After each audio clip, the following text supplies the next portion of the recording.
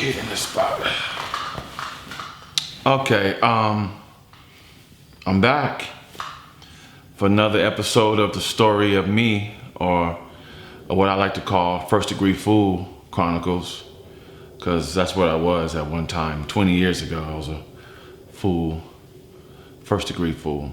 Anyway, where I left off at, and part of my last segment of the story was the victim in my case was put on a prison yard where I was.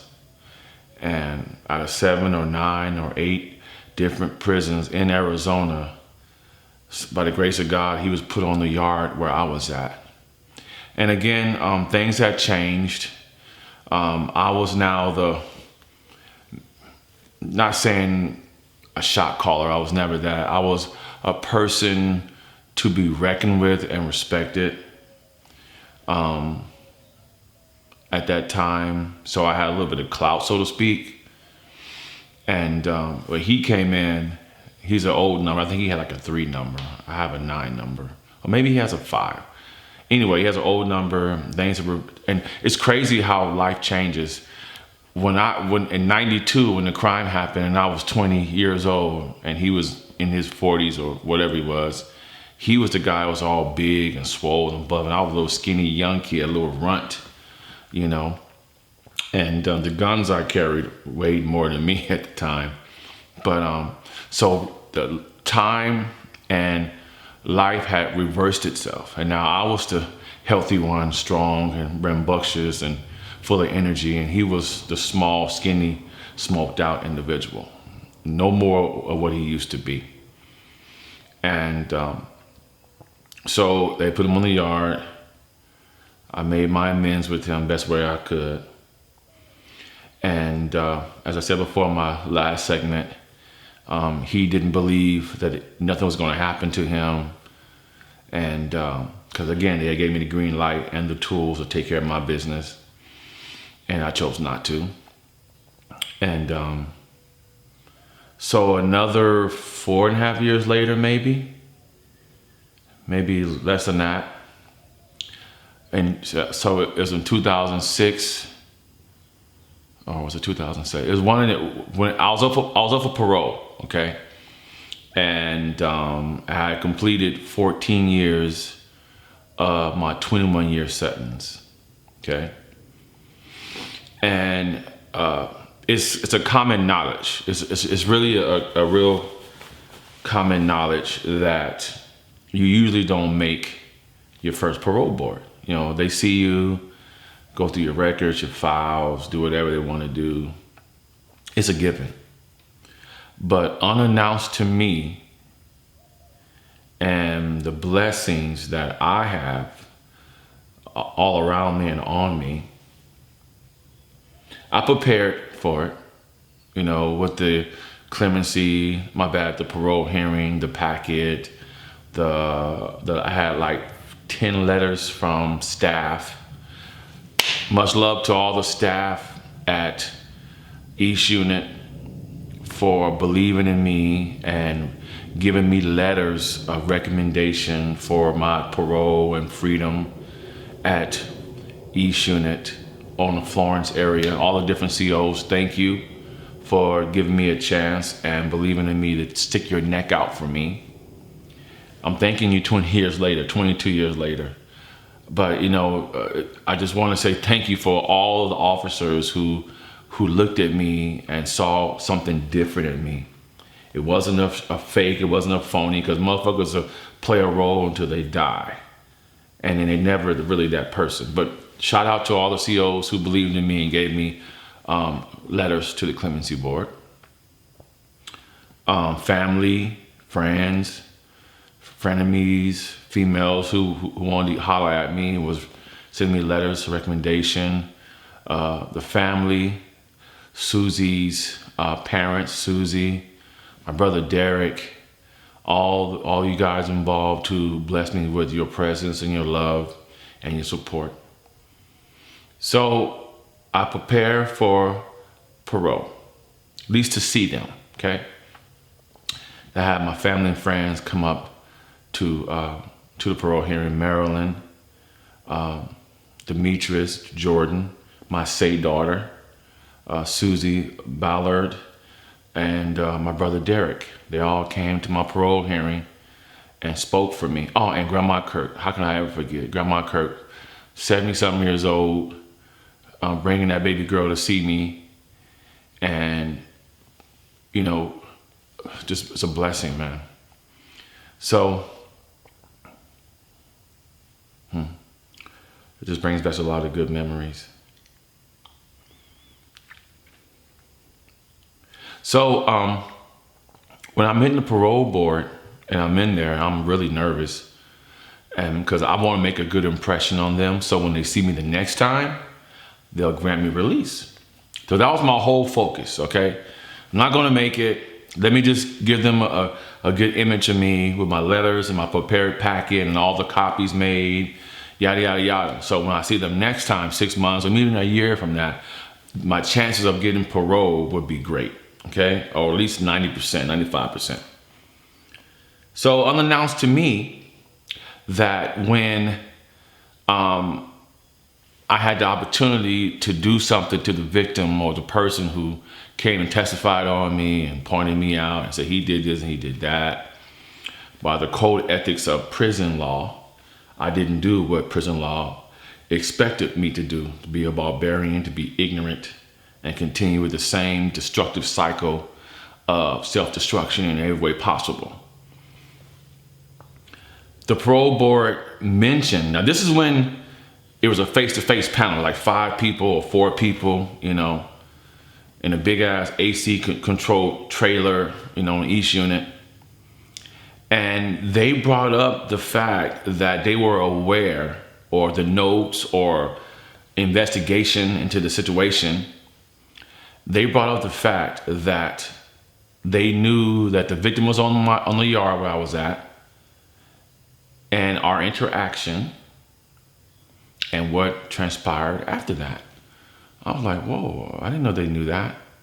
So make a long story short, when I didn't react the way I was supposed to react, I'll put out my little medallion, my little serenity prayer. When I didn't react the way I was supposed to react in some people's eyes, they saw that as acknowledgement of change. They saw that as a complete reformation, if you will, of me, of my character, of my person. And it shocked me. I'm like, wow, okay. Because it never dawned on me that they would even know, that they would even care. I mean, long story short, they put that in the hearing, that they knew the victim was on the yard, and they had information that I had the opportunity to do some bodily harm to this individual, and I chose not to. It was put down in the notes and because in the interaction, and they thought that was really worthy of granting me parole. Yeah, I'm shocked too. They granted me parole, not based solely on that, but all the other education things that I was doing, trying my best to stay out of bullshit and drama and situations. Unfortunately, I was involved in 2 race riots that really fucked my head up. And even to this day, I have PTSD really, really strong. And I can, if I wanted to, receive a Social Security check. And which I was when I first got out. My first, 5 years, maybe even 6 years, I was getting a Social Security check based on post-traumatic stress disorder. Which by law, if you do more than 5 or 10 years in a state penitentiary, your brain is fucked up. Your mind is fucked up. Your soul is fucked up. And, it's really hard for you to make it out in the free world and be around people. Like standing in the grocery line, my God, that's some terrifying ass shit. Because you got all these people behind you. And you can't really keep looking around like, what the fuck? You know what I mean? What's going on? Like, you don't want nobody behind you for long, because your mind starts playing tricks on you, making you think that this person is going to harm you. It don't matter who. It could be kids, old people, young people. In your brain, if anybody stands behind you for a little bit too longer than what you're comfortable, you start to flip out and trip like, damn, what the fuck? So for the first couple of years, what did I do? I'm standing to the side. I'm got my eye on you and you and you. I'm watching you. I call it penitentiary awareness. That's what I call it. It's a syndrome or a mind altering type of situation where every day your mind is being, be on alert, be on the watch, because living in prison is not easy. People might think it's easy. You get a 3 house and a cot, food, all that kind. No, you have to focus on staying the fucking alive. You have to focus on staying alive in that bitch. And for the first couple of years, and then some, I made sure that wherever I went to a doctor's office or a grocery line or anything I could, I was watching my surroundings. Even in the motor vehicle department, anywhere, I still can't. I'm sorry. I found out, and I didn't know this, but with the medication I'm taking and was taking, that post-traumatic stress disorder will never go away. All you can do is subdue it or manage it with medication. And that's what I do. And some of the medication that I was on was so strong that I couldn't dare try to keep a job or a regular 9 to 5, so to speak. So I had to stop taking some medication in order to get a real job, because $785 a month, it was cool, don't get me wrong. And then they gave me the right to work ticket. Like I could get my check and I could work less than 40 hours a week or 30 hours a week. Therefore, I can keep my check and have a little extra money, which is fine, which is no problem. But I'm a man. I'm a man's man. If I want to have a family or start a business or do something constructive and more positive, I need a job. I need to make 40, 50, 60, 70,000, 80,000 a year in order to succeed. Because like I said, I'm not a fancy guy. I don't care about all that other bullshit. But I want to be able to take care of my family and my loved ones, my nieces and nephews, and do stuff for my grandkids. So I chose to get off the medication and to get back in the work field. That was my choice. Because it's in the records. You can verify. You can Google it, whatever. Post-traumatic stress disorder will never go away. You just have to manage it with medication. So I made parole. Went back to my cubicle. Excited. Couldn't believe it. Just holding back. I cried. I went to the shower. I just cried. I couldn't believe it. Like, wow, I'm going home. I'm really fucking going home for real. This fucking nightmare is over. Cause it's a nightmare. You sleep with one eye open, And at that time, I think I had made it to the honor dorm day room in East Unit. Some of you guys who've been to Florence, East Unit, which is really a great. How can I say a prison is great? But it's once you work your way down from certain custody levels and you make it to East Unit at that time, I don't know how they is now. To be in East Unit's day room is like the Ritz-Carlton or the Embassy Suites. You know what I mean? Because from the day room, you work your way to a room with a door, your own little key. Keep all your shit in there, your store, your lot, everything. It's yours, you know what I mean? So that was the whole goal. But yeah, I went there, man. I couldn't believe. First of all, I was scared to tell anybody. Like, wow, should I say something? No, I don't say nothing because motherfuckers start hating on you. But I told a few guys that I trusted at the time, and next thing I'm giving away all my shit. First of all, let me give y'all some game. If you're in prison and you're getting ready to go home, don't be a motherfucking douchebag, so to speak, and keep your shit. Give that shit away. Give all that shit to the next people, to the next person who got more time, who to be there for a while. Don't hoard that shit home.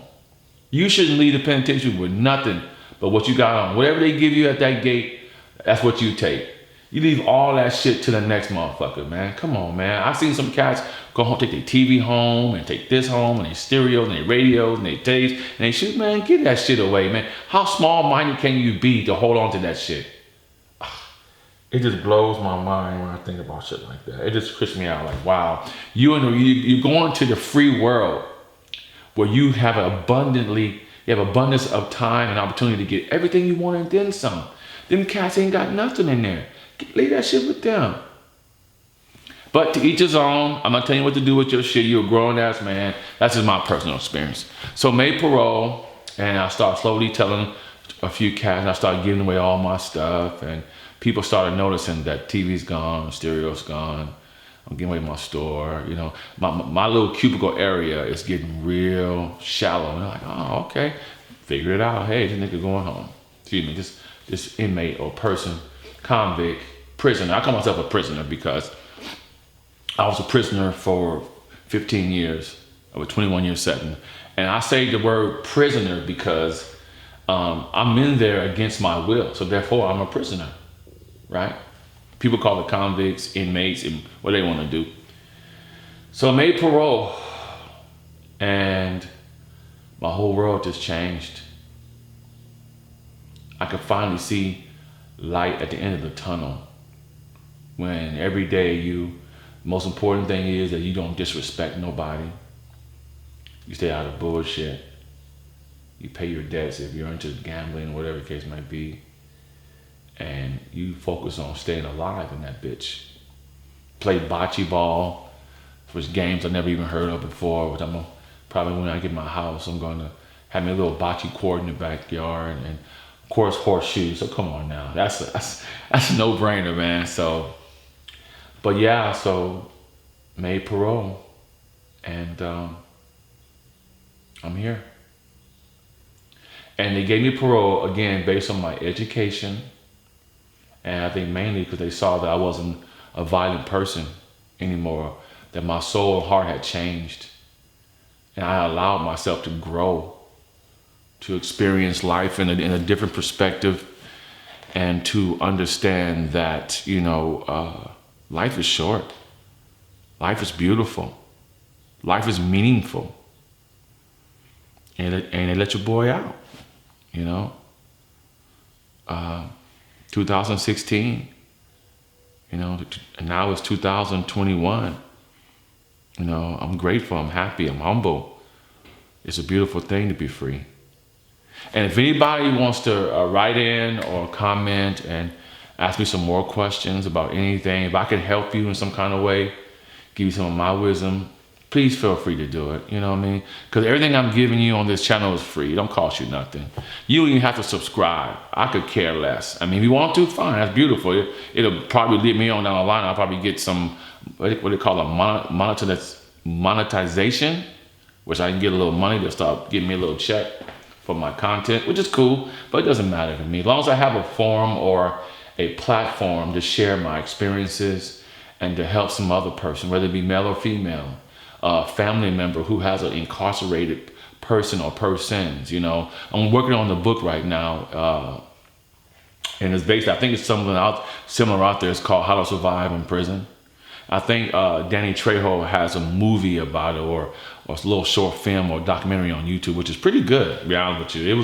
I was checking it out for a little bit, and so far what I saw, it was on point, But if I can help anybody, you want to respond or comment, let's do it. No problem. Peace.